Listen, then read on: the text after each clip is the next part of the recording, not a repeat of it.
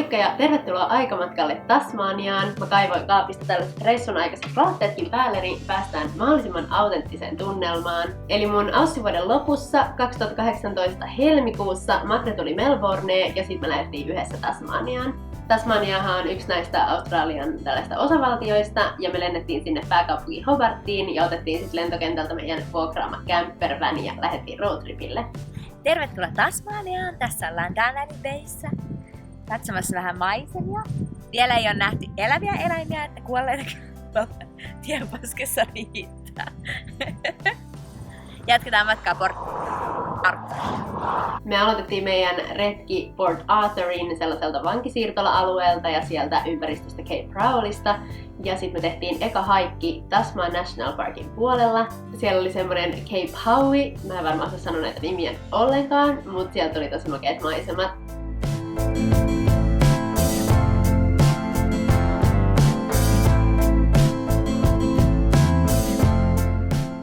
Sitten meidän seuraava kohde oli Freycinet National Park ja siellä erityisesti Wineglass Bay. Ja me tehtiin siellä taas haikki sellaiselle näköalapaikalle, mistä näkee sen rannan, mikä on semmonen niin kuin viinilasin muotoinen ja siitä se on saanut sen nimensä. Ja koska meillä oli se camperväni, niin me oltiin kaikki yöt jossain leirintäalueilla.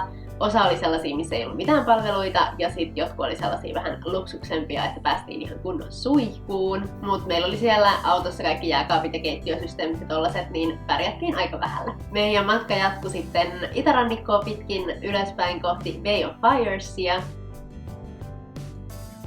No niin, tervetuloa St. Helensiin. Tää on tällainen viehättävä pikkukaupunki matkalla Bay of Firesiin. Täällä on mutkia ja laivoja ja ranta. Tiedän tästä juonnosta. Tässä millä ajaa me ollaan just tulossa St. Helensiin.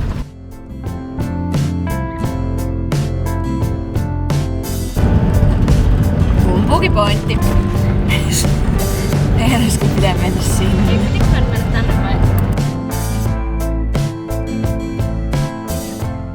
Ja kaikki oli varoitellut meille, että Tasmaniassa on aina ihan pirun kylmä, mutta meille sattui onneksi jotkut maagiset kesäsäät ja me oltiin siellä välillä ihan aurinkoottomeiningeissä. Ne Bay of Firesin oranssit kalliot oli kyllä tosi makeita ja mun käsittääkseni se väri tulee siis jonkunlaisesta jäkälästä, mutta saa korvata, jos on täysin väärässä, mutta näin mä muistan lukeneeni. Sieltä me lähdettiinkin sitten kohti Cradle Mountainia ihan toiseen suuntaan sinne keskemmälle Tasmaniaa. Ne kesäsäät vaihtuikin sitten vähän viileempiin, kun päästiin sinne Cradle Mountainille. Sinne sai ajaa autolla tiettyyn pisteeseen asti, mutta sitten loppumatka mentiin sieltä sellaisella bussilla. So to complete the Dove Canyon circuit, you need to allow at least 2 to 3 hours.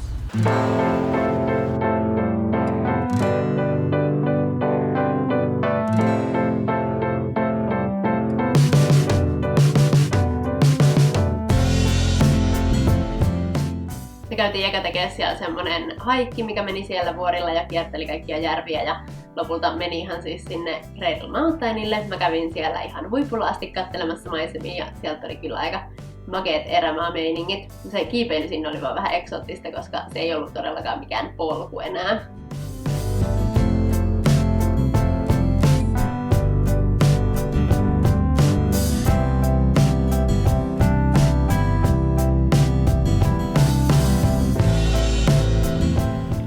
Kävelyn jälkeen me tultiin sitten vielä sellaiseen laaksoon, mistä me oltiin kuultu, että siellä on erittäin suuret todennäköisyydet bongailla wombatteja. Ja me oltiin siellä aivan intona, kun sellaisia alkoi tulla vastaan.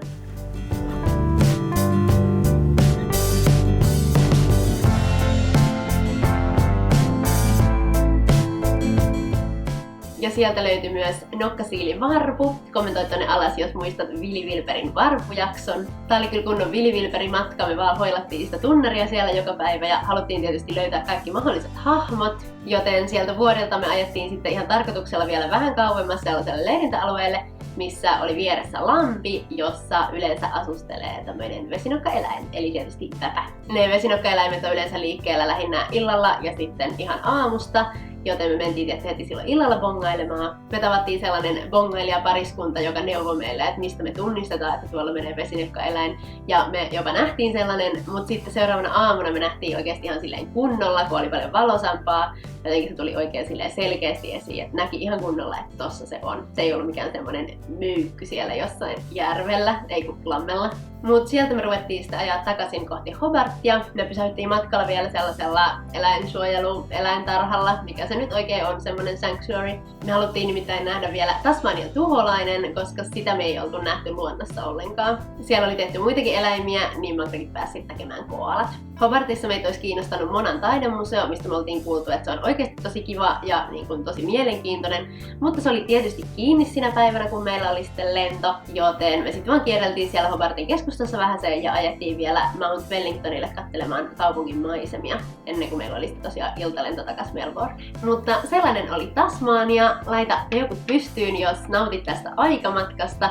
Ja tää oli luultavasti nyt viimeinen video sitten Australiasta kokonaan, että ensi kerralla vaihdetaan maisemaa ja lähdetään Uuteen-Seelantiin. Moi moi!